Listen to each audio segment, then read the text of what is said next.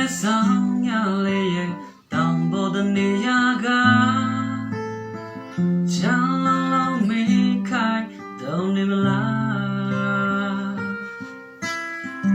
အင်ကိုလွန်စေထောင်နေလို့စိတ်တွေချိန်မိခံရင်လေညတဲ့ကောင်းလေးမှာအေးဒံကိုအန်ကိုချိန်ချင်းငါတို့တွေ့ရှိကကွယ်နေ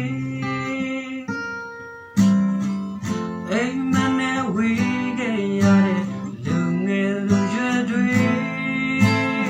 တချို့ကပြန်